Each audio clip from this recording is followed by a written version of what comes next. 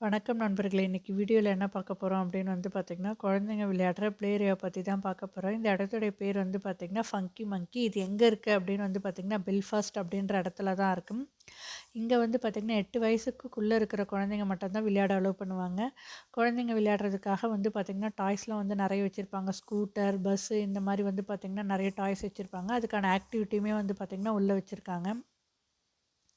இது குழந்தைங்க விளையாடுறதுக்காக சின்னதா சூப்பர் மார்க்கெட் மாரி ரெடி பண்ணி வச்சிருக்காங்க. டேபிள், சேர்லாம் போட்டு. இங்க பார்த்தீங்கன்னா, இதில பார்த்தீங்கன்னா, குழந்தைங்க நடந்து போம்போது ஒவ்வொரு சவுண்டு வித்தியாசமா ப்ளே ஆகும். அதுக்காக ரெடி பண்ணி வச்சிருக்காங்க. இங்க குழந்தைங்க விளையாடும்போது ரொம்ப சேஃபாவே இருக்கும். ஏன்னா கீழ ஃப்ளோர் பார்த்தீங்கன்னா, ரொம்ப சாஃப்ட்டா தான் இருக்கும். சைட்லயுமே பார்த்தீங்கன்னா, நெட்டெல்லாம் நல்லா டைட்டா போட்டு வச்சிருக்காங்க. இது ஒரு சின்ன போல் மாரி ரெடி பண்ணி வச்சிருக்காங்க. குழந்தைங்க ஏறி சுத்துறதுக்காக. அப்புறம் 2 பெரிய பெரிய பால் வச்சு சுத்தி விளையாடுறதுக்காக ரெடி பண்ணி வச்சிருக்காங்க. இங்க பாருங்க ஒரு பாக்ஸிங் பால் மாரி ரெடி பண்ணி வச்சிருக்காங்க. அதில குழந்தைங்க ஜாலியா பாக்ஸிங் மாதிரி பண்ணி பண்ணி விளையாடுவாங்க. இது பார்த்தீங்கன்னா, ஸ்லைடு குழந்தைங்களுக்காக தான் ரெடி பண்ணி வச்சிருக்காங்க. இங்க விளையாடுறதுக்கு பார்த்தீங்கன்னா, 2 மணி நேரத்துக்கு 7 பவுண்ட் சார்ஜ் பண்ணணும்.